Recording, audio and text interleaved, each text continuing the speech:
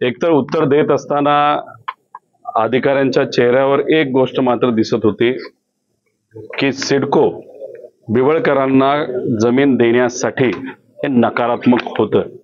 सगळे internal report सिडकोचे हे negative होते आणि मग नेगेटिव्ह असताना राज्य सरकारने तिथं एक रिपोर्ट नाहीतर एक सकारात्मक रिपोर्ट हा राज्य सरकारकडनं सिडकोला पाठवण्यात आला, हे असं इथं असणारे अधिकारी आम्हाला सांगतायत. आणि त्यानंतर आम्ही निर्णय घेतला. आत्ताशी त्यांच्याशी बोलत असताना आम्ही त्यांना सांगितलं, एकतर 61,000 स्क्वेअर मीटर ही जी जागा तुम्ही बिवळकरांना देत आहात ती ताबडतोब तुम्ही तिथं ती थांबवावी. जी काही प्रक्रिया झाली आहे ती त्याला सुद्धा तिथं स्थगिती ही तुम्ही द्यावी. बोलत असताना त्यांनी सकारात्मक उत्तर तिथं दिलेलं आहे. म्हणजे या मोर्चाचा फायदा हा सामान्य लोकांची, सिडकोची 5,000 कोटीची जमीन जी बिवळकरांना प्रोसेसमध्ये होती ती कदाचित प्रोसेस थांबेल असं आम्हाला सगळ्यांना वाटतं.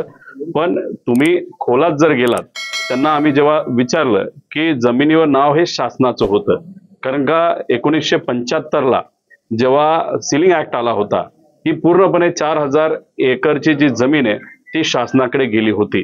बिवळकर परिवाराला त्या ऍक्टच्या अंतर्गत जी काही थोडीफार जमीन होती ती त्यांनी आधीच विकली होती.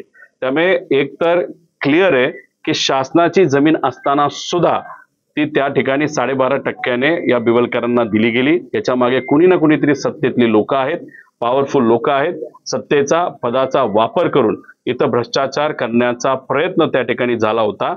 आणि आता चर्चा म्हणजे अधिकारी लेवलला नाही, पण 5,000 कोटीची जमीन बिवळकरला देत असताना इलेक्शनच्या आधी काहीतरी व्यवहार हा इथं असणारे चेअरमन शिरसाट यांच्यात आणि बिवळकर आणि कदाचित त्यांच्या पक्षाचा म्हणजे शिरसाटांच्या पक्षाला सुद्धा मोठा निधी हा इलेक्शनसाठी त्या ठिकाणी दिला गेला होता.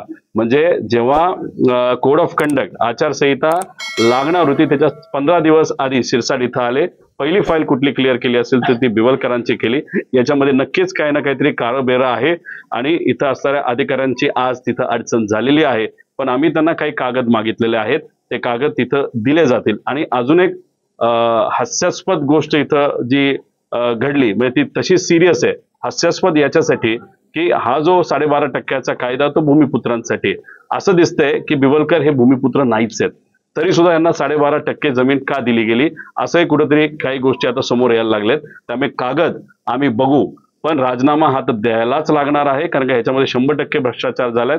पण कागदपत्र बघितल्यानंतर फक्त शिरसाटांपर्यंतच हा विषय थांबतो का हा राज्य शासनाकडे पण जातो हे मात्र त्या ठिकाणी क्लिअर होईल. लोकेशन बिवळकर परिवाराने प्रतिक्रिया पाठवलेली आहे. त्याच्यानंतर ही जमीन आम्हाला कान्होजी आंघोळे यांच्याकडून मिळालेली आहे, ब्रिटिशांनी आम्हाला दिलेली नाहीये. पण आम्हाला जी जमीन दिली होती ती ब्रिटिशांनी परत घेतली होती, पण आम्ही त्यावेळेस सुप्रीम कोर्टामध्ये लढून परत जिंकलोय. आता ते भारतात नाही आहेत बिवळकर, ते भारताच्या बाहेर आहेत, कदाचित ब्रिटनला असावेत असा अंदाज त्या ठिकाणी आहेत. आता ते कुठल्या तंद्रीत ते बोलले मला माहित नाही, पण आमच्याकडे जे कुठले कागद आहेत ते कागद आम्ही मीडियाला दिलेत, लोकांना दिलेत, ओपन फोरमवर टाकलेले आहेत. ते कागद तुम्ही बघितल्यानंतर 100% तिथं एक कळतं की त्यांना ब्रिटिशरांनी 4,000 एकर ही जमीन तिथं दिली होती. त्यामुळे ते जे आज बोलतायत ते मोघम बोलतायत. ते जेव्हा येतील तेव्हा कागद घेऊन बोलतील अशी आपण सर्वजण अपेक्षा करू. पण तोपर्यंत आमच्याकडे सुद्धा शासनाकडनं आणि सिडकोकडनं कागद येतील आणि ते आल्यानंतर मग ही जी शकची सुई आहे जी आज शिरसाटांपर्यंत आमची आहे, शिरसाटांनी इथं गोंधळ घातलाच आहे, पण तो गोंधळ फक्त त्यांनी घातला का त्यांच्या वरिष्ठांपर्यंत तो विषय जातो हे आपल्याला मात्र येत्या काळामध्ये कळेल. दादा, या प्रकरणाची चौकशी ईडी कडून व्हावी याची मागणी करणार. कशाला? ईडी हे विरोधकांसाठी असते, सत्तेतल्या लोकांसाठी नसते. हा ईडीकडे हा विषय गेला तर ते टाइमपास करत बसतील, तिथं कुठेही काही निर्णय लागणार नाही. आमचं मत आहे कागदपत्र क्लिअर आहेत. त्याच्याच बरोबर गवई साहेबांनी मे महिन्यामध्ये 2025 मेला एक निकाल दिला होता.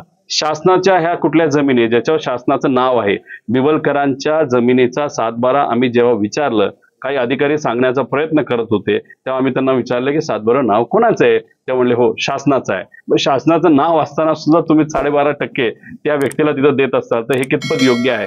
त्यामुळे याच्यात मोठा भ्रष्टाचार झालाय. ईडीपेक्षा आम्ही तुम्हाला आश्वासित करतो, सर्व भूमिपुत्रांना आश्वासित करतो, हा जो स्कॅम आहे जो झालाय त्याला आम्ही निकालातच लावणार आणि जे कोणी जबाबदार आहेत त्यांना सुद्धा त्यांच्यावर कारवाई ही झालीच पाहिजे अशी आमची सगळ्याची मागणी आहे. बिवळकर असं देखील म्हणतात की जे आरोप माझ्यावरती लावण्यात येतात आहे ते सध्या सरास खोटे आहेत. येतील 27ला, मग ते तुम्हा सर्वांना बोलवतील. तिथून कुठला तरी एक व्हिडिओ काढलाय, ते काय बोलतात त्यांनाच तिथे कळत नाही. विरोधाभास आहे. ते म्हणाले की जमीन अजून मला मिळाली नाही, कोर्टात विषय आहे. मग कोर्टात विषय असेल तर मग ही जमीन दिली कशी, असे अनेक प्रश्न तिथे निर्माण होतात. त्यांना कुणीतरी स्क्रिप्ट पाठवली असावीत. आता असं कळतं की शिरसाट साहेब सुद्धा भारताच्या बाहेर आहेत.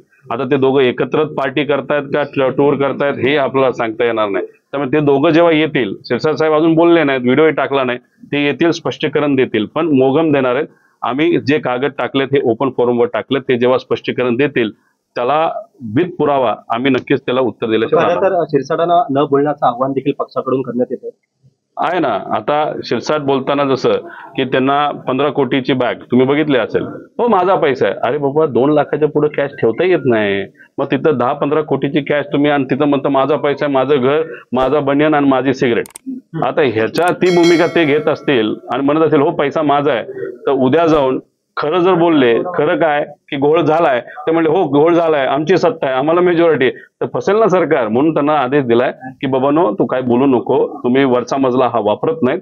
इथं तुमच्या पदाचा वापर करून तुम्ही जो पैसा खाल्लाय ते जर खरं खरं मीडियाला जर सांगितलं तर मग कदाचित अडचण होऊ शकते. खरं तर सुप्रिया सुळेंनी अमित शहा यांची देखील भेट घेतलेली आहे. दुष्काळ संदर्भात ही भेट महत्वाची मानली जाते. नाही 100%. आज आपण बघितलं 14 लाख हेक्टरपेक्षा जास्त जमीन ही महाराष्ट्रामध्ये आता या पावसामुळे, अतिवृष्टीमुळे तिथं बाधित झालेली आहे. तुम्ही जर नंदुरबारची परिस्थिती बघितली, हिंगोलीची बघितली, बऱ्याच ठिकाणी खूप मोठ्या प्रमाणात पाऊस झालेला आहे. सरकारकडनं पूर्वीचेच पैसे अजूनपर्यंत दिले नाहीत आणि आता कुठेतरी या सर्व शेतकऱ्यांची अपेक्षा होती, कष्टातून जे पीक आता उभं दिसतंय, चांगलं आहे, ते पीक सुद्धा आता हातात राहिलं नाही. अतिशय वाईट. म्हणजे कर्जमाफी दिली नाही, भावांतर योजना आणली नाही, आधीचा पैसा मदतीचा दिला नाही आणि त्याच्यातच दुष्काळात 13वा महिना शेतकऱ्याच्या बाबतीत ही घटना तिथे घडलेली. अतिशय वाईट परिस्थिती आहे.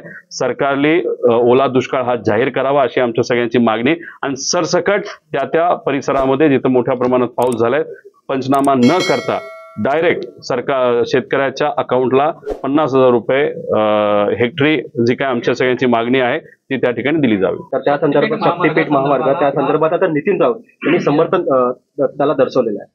त्यांनी का समर्थन केलं मला माहित नाही, पण नितीन राऊत साहेबांना मला सांगायचंय, कदाचित तुम्ही नागपूरला असाल, गडकरी साहेबांना भेटा. गडकरी साहेब या महाराष्ट्रामध्ये 800 किलोमीटरचा रस्ता नॅशनल हायवेच्या अंतर्गत बांधत आहेत. 8 पदरी रस्ता आहे आणि त्याला किलोमीटरला 71 कोटीचा खर्च आलाय. आणि हा जो शक्ती मार्ग आहे तो शक्ती मार्ग आता 102 कोटी पर किलोमीटरला गेला आणि तो फक्त 6 पदरी आहे. आता तो एक्स्केलेशन कॉस्ट मध्ये तो 140 कोटीला जाणार आहे पर किलोमीटर. म्हणजे गडकरी साहेब जे भाजपचे नेते आहेत ते 70 कोटीत बनवत आहेत 8 पदरी. देवेंद्र फडणवीस साहेब नाही त्यांचं सरकार 6 पदरी रस्ता 140 कोटीला तिथं पर किलोमीटर. म्हणजे याच्यामध्ये भ्रष्टाचार बघितला तो 50,000 कोटीपेक्षा जास्त आहे.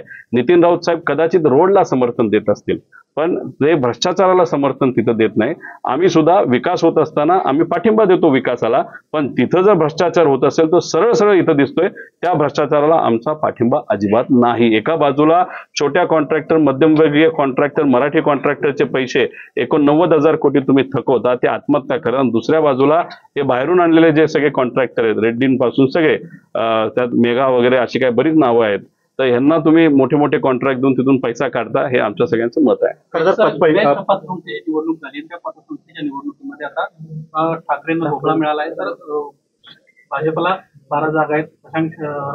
शशांक जे आहेत त्यांना 12च्या जागेवरती यश आलेलं आहे, पण ठाकरे बंधूंना खाता खोलता आलं नाही. बघा, शशांक जे काय नाव तुम्ही घेतलेलं, मला जे काय कळलेलं त्यांचं वर्चस्व त्या पतपेढीमध्ये आहे असं आम्हाला कळतंय. त्यामुळे विजय हा काय भाजपचा झालाय असं समजून चालणार नाही.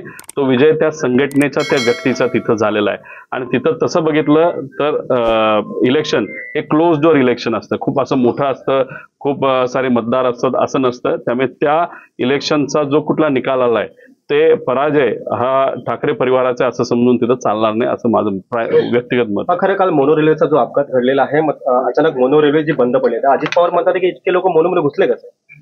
घुसले कसे म्हणजे?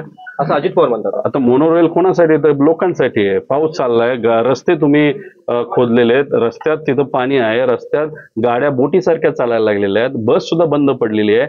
आता माणसं जर त्या बोटीतून गेले असते, नाहीतर त्या गाडीतून, नाहीतर त्या पाण्यातून गेले असते, वाहून गेले असते, त्याला कोण जबाबदार असलं असतं? आता मग पर्याय कुठला? तर चला हवेत काय आहे, तर मोनोरेल हवेत आहे, चला हवेतून आपण जाऊ, अशी बिचाऱ्यांची अपेक्षा तिथं होती. आणि त्यात सुद्धा ते अडकले, पाण्यात अडकले, आता हवेत अडकले. म्हणजे बघा हे सरकार कसं आहे, न त्यांना मोनोरेल चालवता येते, न मेट्रो चालवता येते. मेट्रोचे जे काही त्यांचे स्टेशन आहेत त्या स्टेशनमध्ये पावसात जेवढं पाणी नाही तेवढं रेल्वे स्टेशनच्या आत त्या सबवेमध्ये पाणी अशी दुर्दैवी परिस्थिती आहे. त्यामुळे दादांनी असं वक्तव्य का केलं हे मला तरी सांगता येणार नाही, पण जबाबदारीने बोलण्याची आज जरूरत आहे, कारण ते जबाबदारीच्या एका पदावर आहेत. अमित शहा संसदेमध्ये एक बिल मांडतायत. पंतप्रधान असेल, मुख्यमंत्री असेल किंवा कोणी महत्वाच्या पदावरचा मंत्री असेल, त्यांना जर कुठल्या गंभीर गुन्ह्यामध्ये जर ते आढळले तर त्यांना 5 वर्षाची शिक्षा होऊ शकते आणि त्यांना पदावरून तत्काळ दूर केलं जाऊ शकतं. अशा पद्धतीने लवकरात लवकर ते बिल पास व्हावं, कारण महाराष्ट्रातले असे 15-16 मंत्री तर तसेच निघतील, मी तुम्हाला सांगतोय. त्यामुळे जेव्हा पास होईल मी प्रेसिडेंट महोदयांना सुद्धा विनंती करेल की लगेचच्या लगेच ते बिल पास करा, लागू करा. पहिले विकेट कुठं जाणार आहे तर ते महाराष्ट्रामध्ये जाणार आहे. कदाचित शिरसाटांपासून त्या एवढ्या चांगल्या बिलची सुरुवात ही कदाचित होऊ शकते. थँक्यू.